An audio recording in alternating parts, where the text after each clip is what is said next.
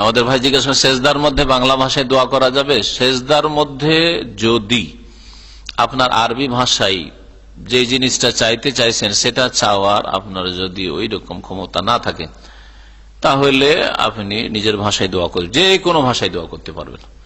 যে কোনো ভাষায় দোয়া করা এটা মানুষের কথা না। হাদিসে নিষেধ রয়েছে নামাজের অবস্থায় মানুষের কথা। মানুষের কথা হচ্ছে মানুষ মানুষের সাথে কথা বলা। পাশের মুসল্লির সাথে অথবা একটা লোক নামাজ পড়ে না, দাঁড়িয়ে আছে, ওর সাথে যদি আরবিতেও কথা বলেন নামাজ বাতিল হয়ে যাবে। আর বাংলা ভাষায় যদি আপনি রবের সাথে কথা বলেন, ইংরেজিতে আল্লাহর সাথে কথা বলেন, কেরালায় যদি আল্লাহর সাথে কথা বলেন, উর্দুতে আল্লাহ পাকের সাথে কথা বলেন, তো তাতে নামাজ বাতিল হবে না। কারণ কার সাথে কথা বলছেন? আল্লাহর সাথে কথা বলছেন। হাদিসটা বুঝতে ভুল করেছে, যার ফলে কিছুদিন আগে আমাদের দেশের এক আহলে হাদিসদের পত্রিকাতে লিখেছে এক মুফতি সাহেব যে না, বাংলা ভাষায় নামাজে দোয়া করা যাবে না, এটা মানুষের কথা। কে বলল মানুষের কথা? এটা আল্লাহ পাকের সাথে কথা বলা। এটা কারণ হাদিসে রয়েছে ইন্না হাযিহিস সালাতু লা ইয়াসলুহু ফিহি শাইউম মিন কালামিন নাস, এই নামাজে মানুষের কথা চলবে না। লা ইয়াসলুহু ফিহি, চলবে না এতে। সৌদি রাজকাল বলে না মা ইয়াসলুহু, বলছে না এটা চলবে না, তোমার এরকম করছো। লা ইয়াসলুহু ফিহি, এতে চলবে না। শাইউম মিন কালামিন নাস, মানুষের কোন কথা। সুতরাং কেউ যেতে বলে কাইফা হালুক, দাঁড়িয়ে আছে লোকটা, নামাজ পড়ছেন না, লেস মাতো সাল্লি, নামাজ পড়ছেন না, বলছে লেস মাতো ইয়াল্লাহ সাল্লি, চলবে? নামাজ বাতিল হয়ে যাবে। কিন্তু যদি আপনি সেজদায় আল্লাহ তুমি আমাকে মাফ করে দাও, বলতে পারছেন না বাংলায়, অথবা আল্লাহ আমার রিজিকে বরকত দাও, আপনি বুঝছেন যে আমি আল্লাহ বারিক লি ফি রিজকি বলতে পারছেন না, আপনি আপনাকে আরবি শিখা ফরজ নাকি? একটা দলিল দেন তো আরবি শিখা ফরজ। তবে আরবি শিখা উত্তম, তার আদি কোরআন কারীমের ভাষা। হ্যাঁ, কোরআন শিক্ষা ফরজ, রাসূলের হাদিস শিক্ষা ফরজ, দিন শিক্ষা ফরজ। তালাবুল ইলমি ফরিদাতুন, তালাবুল লুগাতিল আরাবিয়াতি ফরিদাতুন, হাদিস নাই আছে কি? আরবি ভাষা শিক্ষা ফরজ নয়, কিন্তু কোরআন এবং হাদিস, দিন, ইলম মানে শরীয়তের ইলম শিক্ষা ফরজ আলা করলে মুসলিম, প্রত্যেক মুসলিমের উপর, নর হোক আর নারী হোক। এই জন্য এই বিষয়টি একেবারে স্পষ্ট ক্লিয়ার। আর আরবদের ফতোয়াতে কোন দ্বিমত নেই। তবে আপনি যখন ইমাম সাহেবের পিছনে নামাজ পড়ছেন, এমনিতে বেশি সময় নেই, এই জন্য ফরজে যদি মুক্তাদি হয়ে নামাজ পড়েন তো এই আমলের প্রয়োজনই না, তসবিহ করার টাইম পাচ্ছেন না তো। হ্যাঁ, যখন আপনি নিজের নামাজ পড়ছেন, সুন্নত নামাজ পড়ছেন, অথবা তাহাজ্জুদের নামাজ পড়ছেন, অথবা একাই ফরজ নামাজ পড়ছেন, আর লম্বা করে সুযোগ পেয়েছেন, জামাত হয়ে গেছে, অথবা জামাত নামাজ পড়ার কেউ নেই, সফরে আছেন, পড়েন আপনি, আর নিজের ভাষায় দোয়া করেন, কোনো অসুবিধা নেই। দোয়ার দুটো ক্ষেত্র, এই জায়গাগুলিতে আপনি নিজের ভাষায় দোয়া করতে পারেন। হ্যাঁ, যেগুলি নবী করিম সাল্লাল্লাহু আলাইহি সাল্লাম থেকে দুয়া, তাসবিহ, জিকির, আজকার, নামাজের ভিতরে প্রমাণিত, ওইগুলো অন্য ভাষায় পড়া যাবে না। এটাও ক্লিয়ার হওয়া জরুরি। কারণ সেজদায় দোয়া করা যাবে, আল্লাহ আমার গুনাহ মাফ করে দাও, আমার রিজিকে বরকত দাও, আল্লাহ আমাকে একটা নেক সন্তান দাও, আমি জানি না রব্বি হাবলি মিনাস সালিহিন বলতে, রব্বি হাবলি মিন লাদুনকা যুররিয়াতান তাইয়্যিবাতান ইন্নাকা সামিউদ দুআ বলতে যাই না। হ্যাঁ, আমার জন্য জায়েজ হয়, তার মানে এই নয় যে সেজদার সুবহান রাব্বিয়াল আলাটাকে আমি বাংলায় বলবো যে আমার মহান রবের তাসবিহ করছি, চলবে? চলবে না। আজান বাংলায় চলবে?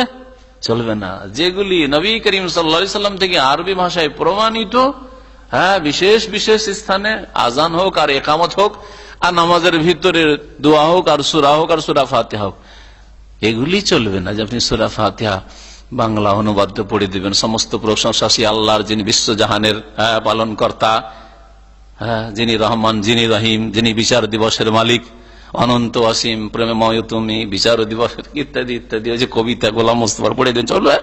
কথা জানে না যারা এসব চ্যালেঞ্জ ফেস করছে, জানে জোরে জোরে আমিন বড় হাদিস আছে, জোরে মাদ্দা বেহাসা হতো, মানে কি আমিন টেনে বলতেন, মসজিদ বেজে উঠতো। আরে কাঁচা মসজিদ, খেজুর পাতার মসজিদ বেজে উঠতো মানুষের আওয়াজে। কি এই হানাফিদের আমিনে মসজিদ বাজবে? আরে শোনাই জানে যে আমিন পড়লো না পড়লো হানাফি মসজিদে।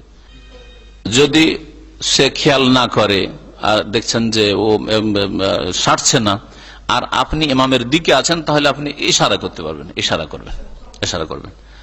আর যদি দেখা যায় যে না, সেই ইমামের দিকে আছে, ইমামের দিকে সারতে হয়, আর আপনি টানছেন। অনেক জাহিল আবার এরকম আছে, ও আছে কিনারের দিকে, ওইদিকে আছে, আর যাকে টানছে সে আছে ইমামের দিকে, ইমাম আছে মিডিল, এখানে ওইদিকে টানছে যে আমার দিকে তুই আয়, কারণ ও থাকবে ওই ইয়েতে, মানে লাস্টে যেহেতু থাকবে ওকে টানছে ওইদিকে। না, এটা যে হালত, যে দুই দিক থেকে লোকেরা সেটে সেটে আসবে কোন দিকে? ইমামের দিকে। খালি যদি হয় তো সাইড গুলো খালি হবে। অ্যালার্জির রোগ আছে, তকলিদের অ্যালার্জির রোগ আছে, পায়ে পা ছাটাইবে না, কাঁধে কাঁধ ছাটাইবে না। অন্ধন করেন মজহাবের গোড়ামির অ্যালার্জির রোগ আছে, যার ফলে তারা এরাও এই বিশেষ করে পা আর কাঁধ লাগাবার ক্ষেত্রে অ্যালার্জি, আর বিশেষ করে পাশে যদি আমেল হয় আর বেচারা দামি দামি সেন্টওয়ালা লোক হয়, তাহলে তো অ্যালার্জি লাগছে একটা ক্লিনার পাশে নামাজ পড়তে, একটা গরিবের পিছনে। তো এইরকম বেকুবি অনেকের আছে, অথচ আল্লাহ পাকের সামনে সমান। एक ही सफ में खड़े हुए महमूद आयाज ना कोई बंदा रहा ना बंदा नवाज। সুলতান মাহমুদ গজনবী রহমতুল্লাহ আলাই, হ্যাঁ তো বড় বাদশাহ, আর তার একটা চাকর, মানে আজকালকার যুগের চাকর না, কি তো দাস গোলাম, কেনা গোলাম, দুইজন নামাজ পড়তে লেগেছেন। তখন এই দৃশ্য দেখে আর পাশাপাশি দাঁড় করে নিয়ে নামাজ পড়তে লেগেছেন বাদশাহ। তখন একজন উর্দু কি বলছে, একই সফ মে খড়ে একই কাতারে দাঁড়ালেন মাহমুদ ও আয়াজ, মাহমুদ সুলতান মাহমুদ আর ওর চাকর কিতদাস আয়াজ, আয়াজ নাম ছিল। না কই বান্দা রাহা না বান্দার নামাজ, না কেউ মনিব থাকলো আর না কেউ গোলাম থাকলো, বান্দার নামাজ বান্দার খাদেম থাকলো, সবাই আল্লাহ পাকের বান্দা। এখানে মাহমুদ আল্লাহ পাকের বান্দা বাদশাহ, আর যে মাহমুদের চাকর কিতদাস সেও আল্লাহ পাকের বান্দা। এখানে আর কেউ আবদার, আর কেউ রব্বা মালিক আর মমলুক কেউ নেই। এখানে হজে মেনায় অবস্থান করা অধিকাংশ আলেমদের নিকটে ওয়াজিব, রাতটা, দিন নয় রাত। হজে 11 তারিখের রাত, 10 তারিখের দিনের পরে 12 তারিখের রাত, এই দুটো রাত থাকা ওয়াজিব। আর যদি কেউ 13 তারিখ থাকতে চায় বা সূর্য ডুবিয়ে দেয়, তাহলে সেটাও 3 রাতই ওয়াজিব হয়ে যাবে। এটা হচ্ছে ওয়াজিব অধিকাংশ উলামায়ে কেরামদের নিকট, এইটাই ঠিক। হ্যাঁ, তবে আমাদের দেশে যে হানাফি মযহাব, এই হানাফি মযহাবের ফতোয়া যে সুন্নাত, আর যার ফলে সুন্নত মানে ছাড়তে হবে। এই যে আর এক রোগ, সুন্নত মানে কি করতে হবে, সুন্নত মানে ছাড়তে হবে। সেই জন্য সমস্ত হাজিদেরকে নিয়ে এসে রাত্রে তো অফ করায়, সুন্নত মানে ছাড়তে হবে। নবী সাল্লাল্লাহু আলাইহি ওয়াসাল্লাম ছেড়েছেন বা সাহাবীরা ছেড়েছেন।